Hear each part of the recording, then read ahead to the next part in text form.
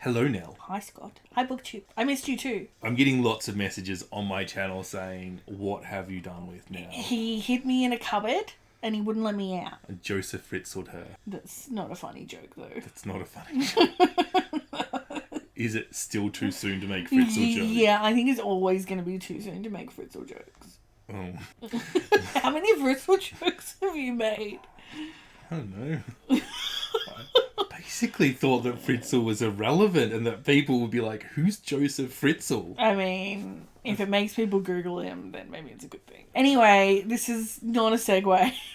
This is why I kicked you off Gunpowder Fiction and no. I left in a huff. Voluntarily. There was no kicking. No. You miss me, rude ass. You have read 15 books since you last uploaded. I have. We'll just talk about it. Let's just talk about it. We're just going to talk about it. Can we talk about it without saying that I'm stupid? No. No. Okay. No, we can't. Yes. What is your plans for your channel going forward? Because this is the first video you've made in a while. What are you going to produce? My plans for my channel are huge and complicated and will never come to fruition.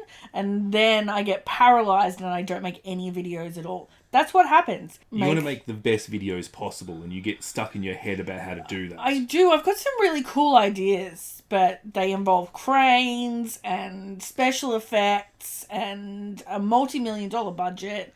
You should look at Simon. He does special effects on a budget. So my aim is to produce videos. That's my aim. So you got to produce videos. And what are those videos going to do? Hopefully talk about books. I might show you some of my garden. What do you think about that? Do you think that you're interested in my plants? I'm sure you're not as interested in my plants as I am. Thumbs up if you want to hear about Nell's plants. Thumbs down if you just want books. Yes. Let the people decide. Yeah. Like in the Colosseum. Yeah. Will your plants live or die? Well, they will live. I'm not going to murder them for you, but No. I will not talk about them. If you The potatoes are totally dying at the moment. They're going to be... They're not dying. No? No. We don't eat dead potatoes? I mean, yeah, we do, technically. Yeah. It's just the end of their life. They haven't been murdered. They're just really old. That's what happens when things get old. They die. Yeah. So, you've read 15 books, Nell. Yes. You've not really been in the mood for the most literary of books, have you? I've been struggling. I have a currently reading pile that would put Sean the Book Maniac to shame. I think there's about 50 books in it. Legitimately, Nell has this pile on the side of the bed, and in the middle of the night, if you need to go to the toilet, you have to tiptoe past lest you fell the pile. I haven't started all of the books in the pile, just all of them. Some of them are library books. I'm struggling. But I have completed 15 books. Which of those books stand out? Which is the book that you are the most excited to recommend to your viewers? I mean, I don't know if it's because it's the most recent one or because the fantastic Olivia sent it to me for my birthday present, or if it's just because it was awesome. But Glitterland really stands out by Alexis Hall. I love this book too. And so does You Made a Fool of Death with Your Beauty by the inimitable Okweke Emeze. Romance. And Nell is becoming a romance reader. There's 2 romances. What the hell is going on? And I can't think of anything else I read. Is there something about both of those books other than them being romantic? I think the fact that their themes? romance is actually very exciting for me because I don't like romance because often it's based around some sort of misogynist hetero assumption. There's a lot of fat phobia in romance and often a complete absence of realistic thinking when it comes to how people actually operate in relationships. There are the many romance novels that are based on intimate lovers just not communicating a basic thing and assuming the worst of each other for some reason. Forced third act breakup. Yeah, it's never been something that I've found any joy in. In fact, it usually just makes me angry. But both of these examples were complex, had real characters, I really gave a shit. They weren't based on misogyny or women being chattel. It was exciting to find a way into this genre. Yeah, well, there's not many women in Glitterland though. No, but there was It was queer romance. It was fine. That's what happens when you read a male romance, That's isn't it? That's it. Like, the token women aren't necessary. I know I read Chloe Brown, Act Your Age, Get a Life, Chloe Brown, Get a Life, Chloe Brown, and that is a fat protagonist in it. I didn't enjoy it as much as Glitterland, but I know lots of BookTube love that particular one. I'm scared. You're scared? Yeah, I'm scared. Why are you scared? What? Because skinny people need different things from their fat positivity than fat people do. Yeah, okay. I just think the bar is slightly lower if you aren't actually a fat person and you don't live this life. I haven't seen anyone actually fat and who I know is like a fat positive, fat liberationist sort of mindset. You haven't seen Roxanne Gay write a romance. Review the Chloe Brown romance. Yeah, so... And to be honest, I don't know if there's a lot of, like, fat liberation going on BookTube. I know there's some people living in larger bodies, but I don't know how many of us are, like... Yeah, fight the scale. Riots, not diets. I think that there's a few, but whether they're doing it on BookTube as part of their BookTube channel... It's a difficult thing to be, like, publicly vocal about. Yeah. Because... I know Kevy, she attends fat, she probably attends black marches, but I know she's a fat activist. She's my favourite. So, you've read some other books. You read All My Puny Sorrows by Miriam Taves. I did. What did you think of that? It was really sad. Yeah. It was the most in line with my own experience depiction of interventions by the mental health system for someone who is suicidal. It really validated for me the experience of being someone who cares for someone who has been institutionalized and seeing the system, which is built around authority and obedience, really not seem to be helpful at all. No. And I really, really appreciated that depiction. I thought it was hella realistic. It upset me that it was an international depiction, so it's not just like Australia's system that is fucking broken. I really enjoyed it. I was a little bit disappointed to find how autobiographical it was. I think I've read Fight Night, and that is, I want to say, autobiographically inspired rather than autobiographical. This seems very close to life from what I can gather from the internet. And I almost found that disappointing because the characters were so, exceptional. But I guess I feel like they weren't created so much as depicted. And I was just a little bit bummed that it wasn't all from her imagination. But as a reader... It didn't kill my experience. I just, Do you know that going into... I guess... I didn't know that going into the book. I don't think it would have impacted my experience. But I was a little bit like, wow, these characters are really rich. And then to find out that it's like her and her sister. Yeah. Is like, oh, okay, well, that's why. You read one of my favourite books and you didn't enjoy it as much as me. Let's talk about The Girl with the Louding Voice. Okay. It was fine. It was fine. You found it disappointing, though, because I said you would definitely like it. Yeah, it was fine. It wasn't that it was disappointing. It just wasn't amazing. So it was just like a read. You're like, I'm happy I read this book. It's a good book, but I'm not going to remember. It's not going to stand out. Yeah, legitimately. Shiny. Like, I vaguely remember that because it's written in sort of like a dialect situation. And I remember being vaguely like, oh, this is a bit effortful to read, which is something that I don't have a problem doing in general, except lately I've been quite moody about books in general, so... You wanted simple. Yes, I did want simple. And I also felt like that point was a bit belabored. Like, I felt like the character who narrates the book and the reason that you're hearing it in sort of dialectical English, I don't know if that's a correct classification of the way she speaks, but I don't think it's a dialect. I think that because she's native Nigerian, she's still learning English, so she's making mistakes with her tense and stuff. I felt like it was very heavy-handed in how regularly we spoke about her lack of education, and her difficulties weren't really expanded upon in the sense that, yes, she came up against one or two problems, and there were one or two times when she had to be more resourceful because her English was shocking. It's not even shocking, it's just a little bit rough. But I felt like her difficulties weren't necessarily about her education so much as about her class and her being a woman. Yeah, but I just felt like the education thing was harped on a lot for its comparative actual impact. Oh, I felt that was reflective of what society would have been like. Maybe. Anyway, one of your favourite authors is Nevo. Yes. And you read the third book in the Singing Hills cycle, Into the Riverlands. Yes. Now, this is making you joyful to discuss It was this. so good, and there's another one coming. I don't know if it's out yet or not, but I requested it from our library. I've requested our library buy it, and I hope they get it really soon. You've got another Nevo out from... Do you have it out from the library at the moment? The recreation of The Great Gatsby. The Chosen and the Beautiful. Yeah. I think that's in the mega pile, yes. I haven't actually cracked that one open. I should do that. I like that significantly more than Great Gatsby. I mean, that's not a difficult. No. Funny, make a lesbian. Into the Riverlands. Come on, let's get back on topic.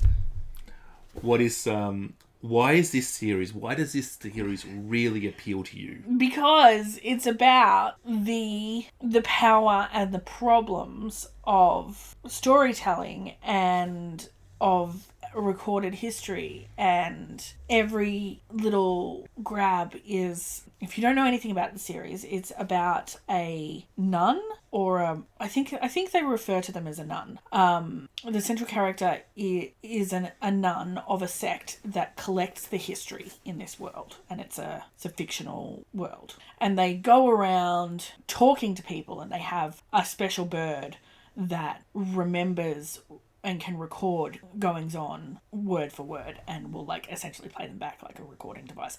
But it's like a sentient bird that will talk to you as well. Like it's a companion, and they go around and they collect stories.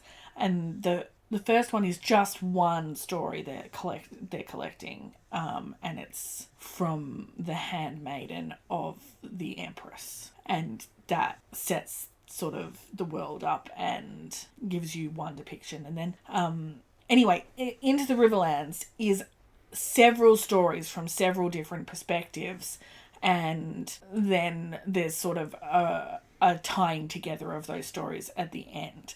And the whole purpose of it is to look at depiction bias of historical figures. And the way that it talks about that is so engaging and interesting and fun, and it's just I love this. I think this is a really great series. It's by no means a children's series, but I think this is a really great series for teenagers in high school who are just learning about how to evaluate the information that's presented to them, and how much to trust sources, and how much to pay attention to who wrote what, so that you can take into account their biases. And that's like, these are the sort of issues that this series explores, and whose voices are left out, and all of those things. I just think that anyone learning those sort of skills, so like teenagers, would really benefit from reading this series. And they're fun. So it's probably good for people who like subversive literature that had to go through censorship before it gets published, literature from, say, The Great Leap Forward or something like that. Maybe, yeah. Yeah. But in a more fun setting. It's quite fun. There's lots of like queer representation, and like really positive female characters, and there's also like mystical beasts and crazy myths and talking tigers and stuff. It's great. I love it. Yeah. Now, Bernadine Evaristo has a little series out where she tries to bring back... A small series. She tries to bring back books that have been out of published by black authors. Mm-hmm. And you read Bernard and the Cloth Monkey from that series. Oh. Which is not a Bernadine Evaristo book.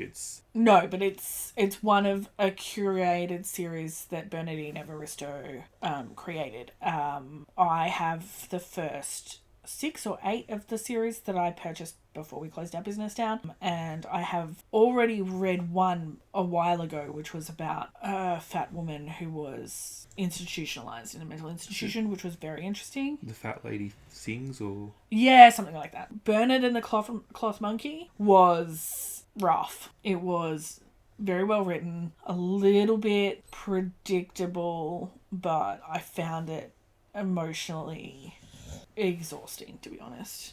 Yeah. It was a lot. It was a lot to take on. It's a lot to take on. So it's not the sort of book you're looking to read at the moment, is what No, you're saying. it's not. It was very good, but it took me a long time to read it because it was emotionally hefty.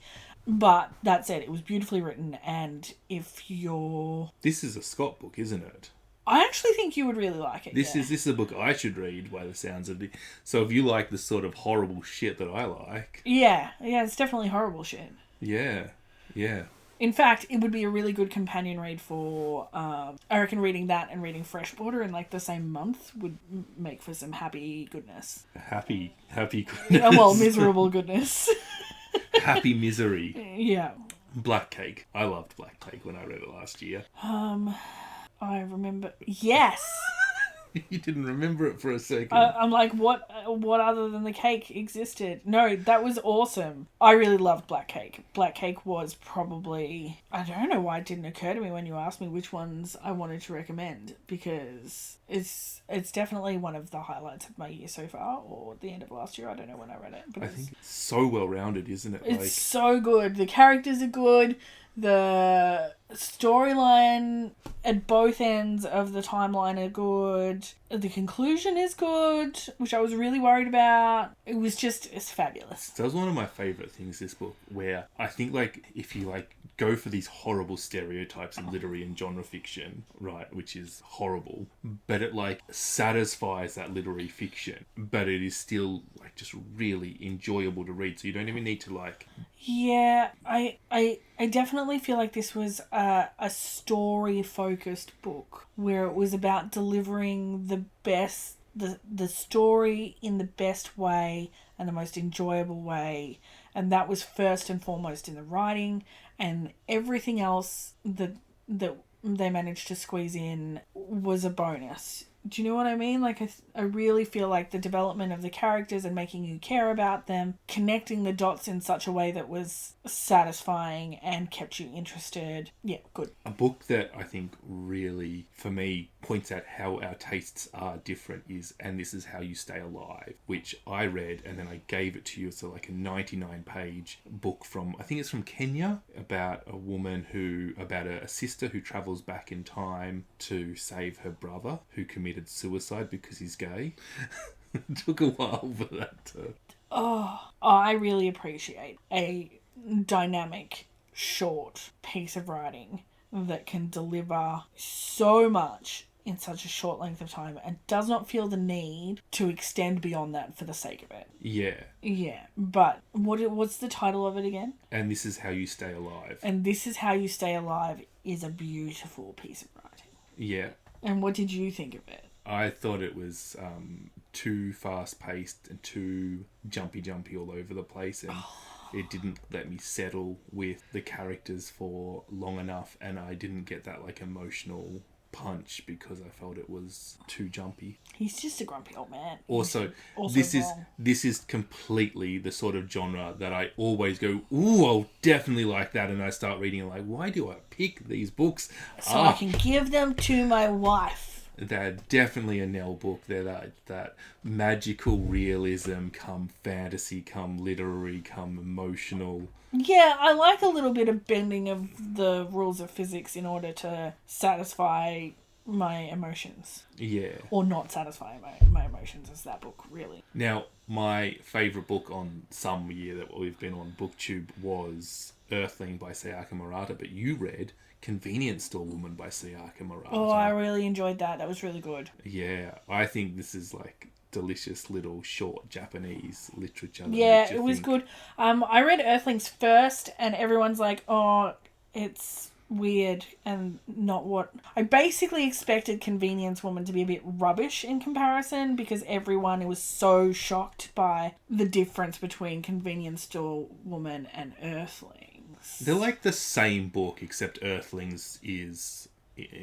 I don't think they're at all the same book. They've got the same themes running through them, but Earthlings adds a whole bunch to it. I found Convenience Store Woman to be a very different entity from Earthlings. I really enjoyed... I don't know if enjoyed is the right word.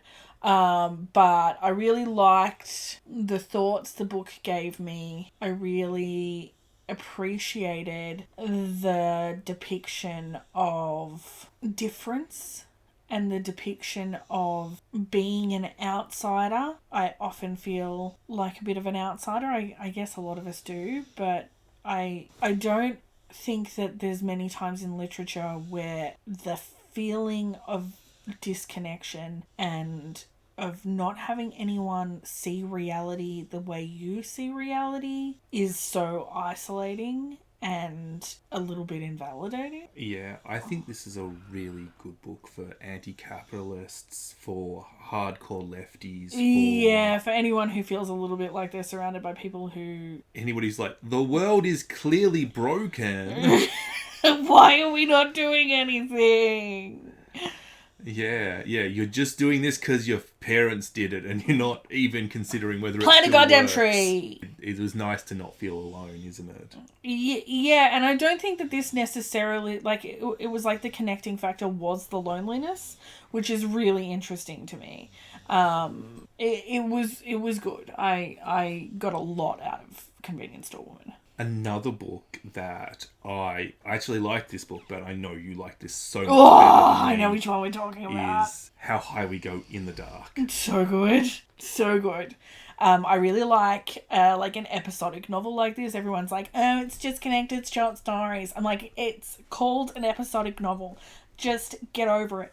Well, I thought they're interconnected short stories, not disconnected short stories. I mean, whatever. I love this shit.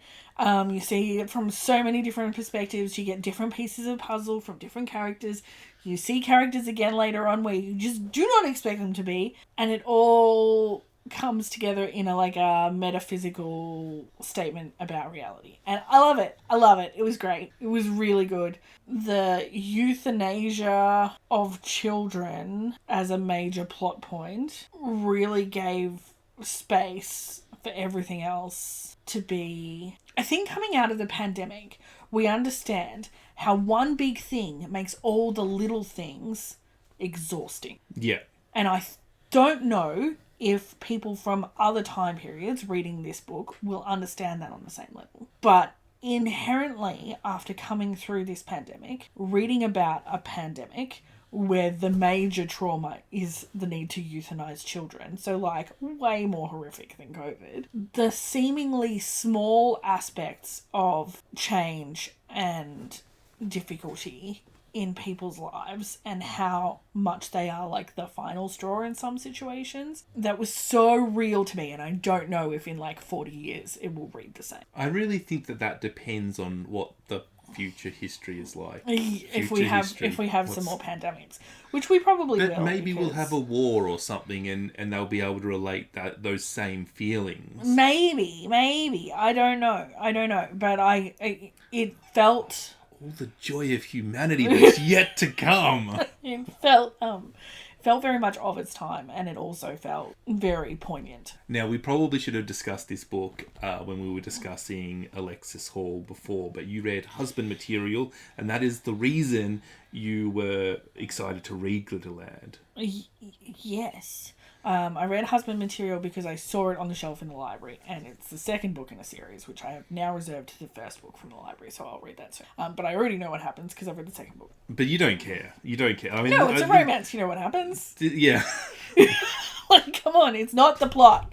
That's not what we're in it for. Yeah, and I think that's why going back to it, I think that's why Glitterland and You Made a Fool of Death with Your Beauty is so good. The plot is nice, the plot is there, the plot keeps you entertained, but really... No, it's about character development and just wanting to hang out with these people, to be honest. In the case of Alexis Hall, the characters that he's creating are fun. I want to be their mates. I've been calling Scott babes ever since I read Glitterland. And she's been re-watching Drag Race UK episode 1, so I'm never sure whether this is a Cheryl Hole reference or if this is... No, it's definitely Glitterland.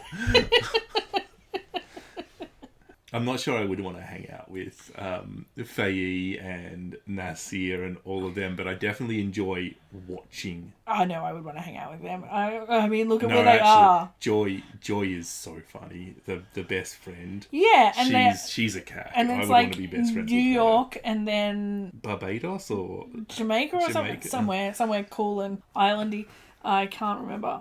I don't think it's Barbados. I think that's where he goes at the end and then he comes back. Anyway, and she's an artist and there's galleries and like so just nice. Oh, yes, I would like that life. Yeah. Let's talk about The Vanishing Birds by... Do we have to? Yeah, I knew. This is the one you basically DNF'd this one and then you read another book and you came back to it and you're like, oh, well, I read some words. Yeah, that's my review. I read some words. You read some words. I don't remember why it was on my shelf. It was on my physical TBR for a long time. It was a BookTube recommendation.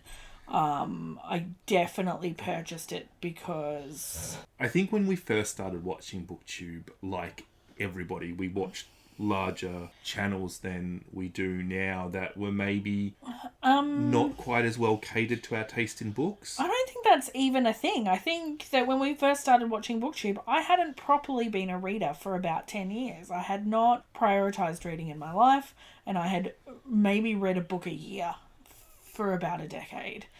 We had been very focused on our business and I didn't make time for myself, so I didn't read, and my tastes in that time changed. So this is a maybe I would have liked it in my 20s, but I did not like it now. The first book you read... And it wasn't that I hated it. It was fine. No, it wasn't fine.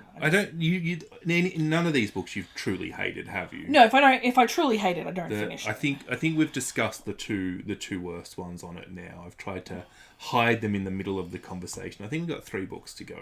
Yeah. So the first book you read before this hiatus was The Dance Tree by Kieran Millwood Hardgrave. Now, this is a Nell author, isn't it? I quite like Kieran Millwood Hardgrave. I feel a little bit like she doesn't quite get to the potential of her own creations.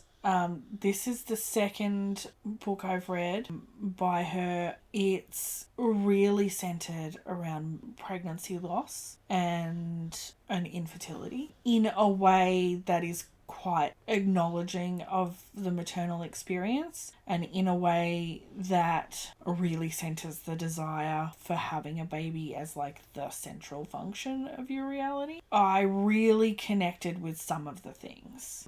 Some of the things are not my personal experience, but I know women who have had that personal experience. The lack of acknowledgement of grief based on the length of the pregnancy or how old the child was when you lost your baby is fucked up. And I think that this book really talks about creating a space for women and fathers and fucking grandparents, like everybody grieves the unborn. Oh, you okay? Yeah, I've just got a bit of a tickle in my throat. I actually might need some water. I'll go get you some. I think it's done beautifully. I think it's done in a way that acknowledges something that doesn't get acknowledged often enough, and it does it without being overly maudlin. And it's a big part of the story, but it's not the only story, because, and I think that's important, because these things that maternal loss doesn't occur in a vacuum, and it's never the only thing that's going on in your life. And I thought that was done very, very well. I didn't like the ending for the reason of that's not everyone's ending, and it actually kind of annoyed me. But you only have so many characters. I've not read this one. Did it feel like it was meant to be everyone's ending, or no? It didn't. It was definitely it was the author giving a gift to their character. It was an author wanting their character to have the ending. And I think that was a lovely ending for that character, but it really, to me, felt like what could have been a hopeful book for a lot of women to read will now actually be a book where they feel seen, but in the end actually leaves them still feeling quite sad. But that said, there were a lot of good things in this book. Well, who would you recommend this to? Like, fans of which author, or like Emma Donoghue? Maybe. I think that if you enjoy books about women rebelling against the structures that bind them, then you'll enjoy The Dance Tree. Well, I mean, that sounds like an excellent recommendation. Just what I like in lots of books, actually. Beartown. I'm going to read the second one, but Beartown basically made me angry. Is this a case of men writing about subjects and not quite getting it? A little bit. Everyone, I mean, it's quite a thoughtful depiction of a patriarchal, misogynist small town, and there's a sexual assault, and the response to that is realistic. But the on-the-page depiction of the sexual assault was fine. I don't think it's what most people who experience sexual assault experience. I think it was a very unnecessarily violent depiction of sexual assault, and I think that was so that the author could have a clear, unquestionable line in the minds of people who do not understand consent. And I think I'm not the audience. I think Frederick Backman is a bit of a basic bitch writer, and not a disrespect to him. Everybody's writing to different people. Yeah. I haven't read Beartown, but I read A Man Called Ove, and like that was fun, but I felt like it was diet. I felt like, for me, like this is a book that if you embellished bits could be really good, but was just ultimately a grumpy old man being grumpy, and that's often enjoyable when you direct it at the right people. I mean, Beartown is clearly a much more serious book in that regard. Yeah. I also think it's like this small town, but the kind of environment described and the statistics of sexual assault, one sexual assault occurring in this small town being like a big newsworthy thing, is not reality. Reality is that there's a lot of sexual assault going on in this small town. There is a lot more sexual assault than, and the fact that the victim of the assault was so isolated because no one else had, there was no structure in place, and there was no acknowledgement that this isn't a one-off thing in a society, and it was very much treated like a rare thing. Even the way the story was set up, the perpetrator of the sexual assault is going to have multiple victims. They just are. And that's one person. And there would be more offenders because that's the society we live in. I feel like the book tries to see victims of sexual assault and tries to speak for them and tries to talk about victim blaming and the fact that our justice systems are not set up to help victims of sexual assault. But it just missed so many key things, and I don't know if that was a conscious choice to simplify the book or if it was because it was written by a man. And that's sort of where I landed on it. The writing was good and the story was well presented, but as a depiction of sexual assault, I was basically frustrated. I think Backman writes to sell copies rather than to make good literature, and good on him for making money off it. But yeah, it's fine. Yeah, but so why are you reading the second one?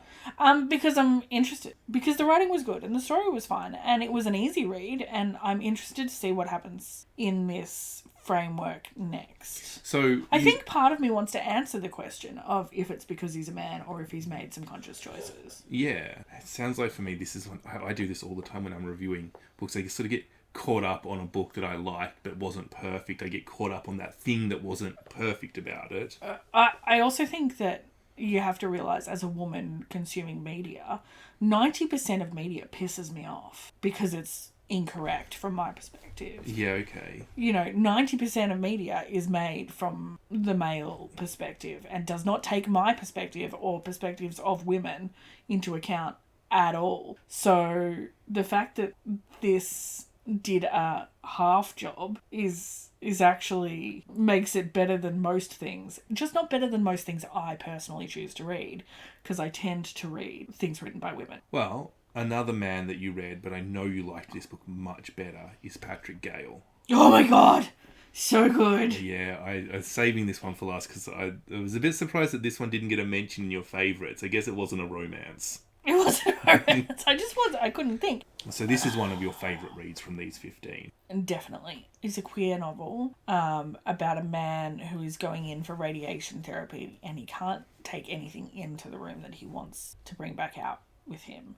And as he prepares to go and get this treatment, he is reminiscing about his childhood because it's all connected through music. His friend gives him an MP3 player and all his memories are stimulated by different pieces of music that she gives him, like basically a disposable MP3 player loaded with music for him to go into this radiation. He has to sit in there for 48 hours until he becomes safe again after his radiation treatment, and he's not allowed any human contact, and he can't take his clothes back out with him and things like that, like because it's all radioactive, they destroy it. So all he has with him, he doesn't even take a book with him. He just, all he has with him is this MP3 player with some music, and he is a musician of like that sort of very good but not yet professional sort of level. And it talks about his childhood as a person who was good at music and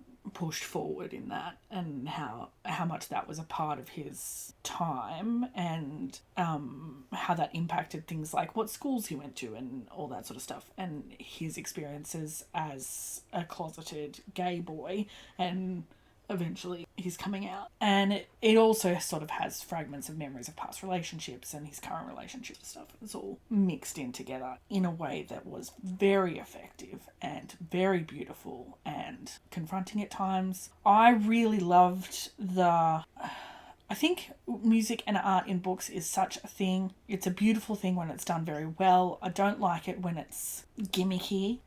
But I think the people who grow up in an environment that encourages arts or that is somehow connected to the arts, they do have a different way of perceiving things like music, things like poetry, things like theatre, and a way of connecting those things to their memories. Maybe everyone has it, but I definitely feel like people who grow up playing instruments are like, oh yeah, this reminds me of when I was like 3, because this is the piece of music you learn when you're 3, you know, like that sort of thing. And this did that very well, that visceral creation of memory by music, that real emotive connection between the experience of art and life. I loved it. It was beautiful. It sounds to me like it would share a bit in common with Caleb Azuma Nelson's debut novel, because that's so much about music as well.